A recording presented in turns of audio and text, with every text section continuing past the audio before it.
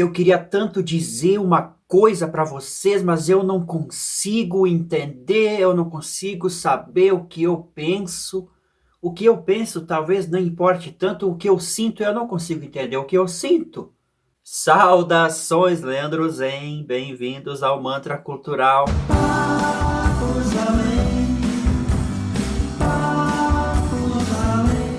Dentro do projeto Cultura Zen com as crianças nas escolas, com os pequenos, eu levo o teclado e tenho uma brincadeira musical, entre tantas outras, onde eu toco um trecho, um pequeno trecho, de várias canções conhecidas, populares, assim, cantigas, e eu pergunto às crianças o que aquela música faz você sentir. Daí eu toco músicas mais tristes, músicas alegres, músicas assustadoras. E aí as crianças vão dizendo o que elas sentem. Primeiro elas têm que ouvir. Não pode sair falando, não. Ouvir, levantar o dedinho e falar o que sente, o que a música fez sentir. E nessa brincadeira, a gente observa que tem crianças que sabem muito bem, dentro do seu limite de capacidade, claro, interpretar os seus sentimentos. Só que depois, interessante que depois que uma ou duas crianças falam o que sentem, as outras repetem a mesma palavra. Eu senti medo, senti alegria, música de dançar, música de chorar, música de dormir. Então as outras repetem. Algumas turmas, as crianças não conseguiam citar sequer a palavra alegria ou tristeza. Ok, mas são crianças. No entanto, é interessante que já sejam expostas à boa cultura, à boa música, à sensibilidade, para que saibam entender o que sentem, né? Então, o coração, o mundo emocional passa pelo mundo mental, é traduzido em palavras. Claro que o sentimento verdadeiro, profundo da gente, quase que não há palavras, né? Mas entenda, para o nosso cotidiano, a gente precisa conversar sobre o que a gente sente, o que a gente pensa. Tem tudo a ver com o cenário cultural, com a nação, o país. Não saber dizer o que você pensa. Então, na hora, você fica travado, você não consegue florescer, se expressar, se abrir. Acontece isso com os adultos também, porque somos todos nós, crianças, crescendo para sempre. Estamos sempre aprendendo sobre nós mesmos. O caminho é longo e infinito. As emoções, elas são de certa forma parte da nossa vida cotidiana e do nosso mundo interior. Elas são a superfície, vamos chamar assim. Abaixo delas tem uma infinitude de possibilidades para o nosso ser. Mas se a gente trava nas emoções, se a gente trava nos pensamentos, nas ideias próprias, enfim, na criatividade, a gente trava de uma maneira que a gente não consegue viver bem. Consequentemente, outras pessoas vão se apresentar como portadoras daquilo que você sente e você pensa. Não se apegue tanto ao pensar. Vamos falar mais do sentir. E o que significa isso tudo? Significa autoconhecimento. Cultura Zen eu chamo. Uma cultura que vem do profundo do indivíduo, não só daquela vibe superficial. As ideias, elas já são uma coisa ainda mais superficial, porque elas são mais conversadas entre as pessoas. Então o mundo mental, mundo de pensamentos e de ideias, ele também já é bastante invadido, né? A nossa mente é constantemente invadida. Quando você não conhece a si mesmo, você vai ser controlado por outras pessoas, que também não conhecem a si mesmas, porque qualquer pessoa que trabalha no seu interior não vai ter o menor interesse de controlar outras pessoas.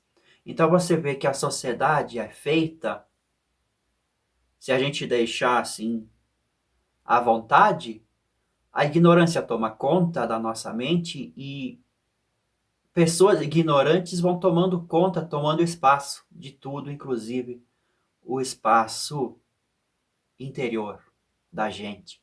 E isso forma um cenário cultural desprezível. Isso destrói o nosso pensamento. E veja, pensar não é você ter ideias. Por isso, vamos nos ater ao sentimento mais, né? O pensar não é você citar ideias, debater coisas. Você vê nos próprios debates a estupidez que rola. É tipo uma sopa de letrinhas fria, incomestível. Não há nada autêntico acontecendo ali, não há nenhuma personalidade bonita. Sabe, personalidade bonita, indivíduo bonito, flor bonita, perfume, essência. Não existe profundidade. Tudo é apenas um monte de pessoas que não conhecem a si mesmas, tentando controlar outras pessoas que também não conhecem a si mesmas. É isso. E nisso entram também as obras artísticas, as obras musicais, cinematográficas, literárias. Bom, as literárias são as primeiras a se perderem, porque como não sabemos interpretar sentimentos e emoções, nem por linguagem dicionárica, nem por linguagem acadêmica, nem por linguagem portuguesa por excelência, nem por metáfora poética. Então a gente fica travado. Mas nem tudo está perdido. Esta trava pode ser usada ao nosso favor na evolução, no autoconhecimento, na evolução espiritual, eu diria. Na evolução como ser humano. Sim. Qual foi a primeira missão que Deus deu para Adão lá no paraíso? Que ele nomeasse as coisas. Desse nome para as coisas. Tem até aquele episódio dos Simpsons, né? Que o Homer está no paraíso, ele é o Adão. Aquilo vai se chamar o monstro do galho. A serpente, né? Tudo era monstro de alguma coisa na sua incrível capacidade de observar e nomear, né? Será que nós não estamos nos tornando Homer Simpsons?